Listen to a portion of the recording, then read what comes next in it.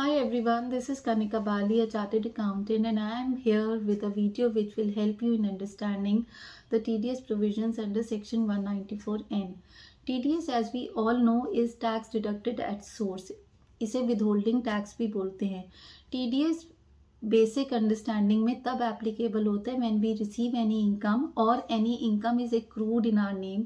For example when we receive salary or rental income or dividends or interest or maybe professional fees, then TDS provisions become applicable under the relevant section. But section 194N is a very unique section where TDS provisions become applicable and we are not receiving any income nor any income is getting accrued in our name. So it is very important to understand the provisions of this section. So you know that how can you avoid TDS under this section. अब TDS इस section में तब applicable होता है जब bank account से cash withdrawals exceed करते हैं एक सर्टेन लिमिट से. So what are the cash withdrawal limits under section 194N? These cash withdrawal limits depend on one situation, whether the ITR is filed or whether the ITR is not filed. In case the ITR is filed, ITR income tax return is filed for any of the 3 consecutive previous years in relation to the year in which the withdrawal is being made, then the limit is 1 crore. And in case the ITR is not filed for any of the 3 consecutive previous years, considering the year in which the withdrawal is being made, then the limit of cash withdrawal is 20 lakhs. I will explain you this with the help of an example. अब mister x हैं, उन्होंने अपनी ITR file करी हुई है and वो अपने bank account से विड्रॉ करते हैं 80 lakhs. Okay, अब 80 lakhs is less than 1 crore and he has filed his ITR. So his limit for non-deduction of TDS for cash withdrawals is 1 CR. So TDS won't be applicable in his case. However, mister Y हैं जो उनके friend हैं and उन्होंने ITR नहीं file करी हुई है and वो अपने बैंक अकाउंट से 30 lakhs विड्रॉ करते हैं, तो उनके केस में TDS एप्लीकेबल हो जाएगा क्योंकि उनकी cash withdrawal limit for the financial year was 20 lakhs and he has cross that limit. अब क्वेश्चन ये आता है कि in case the SSC crosses the cash withdrawal limits for the financial year, then what would be the TDS rates under section 194N?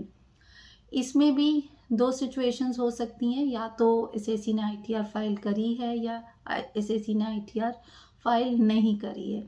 In case the SSC has filed the ITR, then his limit is 1 CR और 1 करोड़ से ऊपर अगर वो कुछ भी bank से withdraw करता है कैश में, then that amount would be subject to 2% TDS. For example, Mr. X ने 1.5 crores अपने बैंक अकाउंट से विड्रॉ करे during the financial year 1920 और उन्होंने अपनी ITR फाइल करी हुई थी.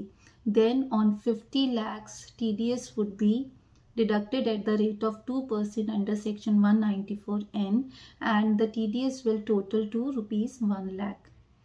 However, in case mister X ने अपनी ITR नहीं फाइल करी होती, okay, then his cash withdrawal limit for the financial year was 20 lakh and 80 lakh plus 50 lakh 1 crore 30 lakhs पे उनको TDS under section 194N will be deducted.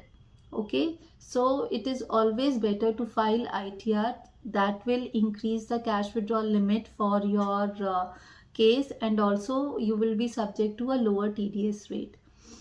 अब case ये आता है कि इन केस SSC ने ITR नहीं फाइल करी है and like his withdrawals exceed 1 CR in a particular year.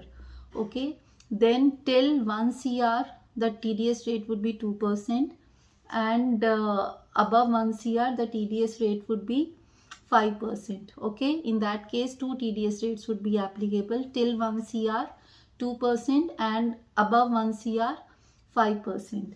What are the key points of section 194N?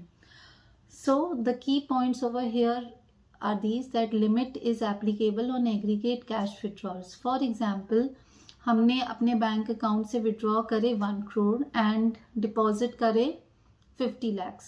Okay, so whether 50 lakh would be the cash withdrawal limit or 1 CR. So we can't net off the withdrawals with the receipts. Okay, our cash withdrawals would be the aggregate cash withdrawals. Very important point to note over here is this, that limit is applicable for each bank account with a different bank. For example, if an SSE has 2 different bank accounts, one with PNB and one with Kotak Bank, and he withdraws 1 crore each from these 2 bank accounts, then TDS under section 194N will not be applicable on him, because this cash withdrawal limit is bank specific. Okay, however, if he withdraws 2 crores from the same bank but through different branches of the same bank, then his overall cash withdrawal limit would stay 1 CR only, and on the balance 1 crore he will be subject to TDS under section 194N. The pro tip over here is this, that you should always file your ITRs timely, so that your overall cash withdrawal limit for the particular year stays high, and also you are subject to a lower TDS rate under the provisions of this section. Now, what are the tax rates under this section?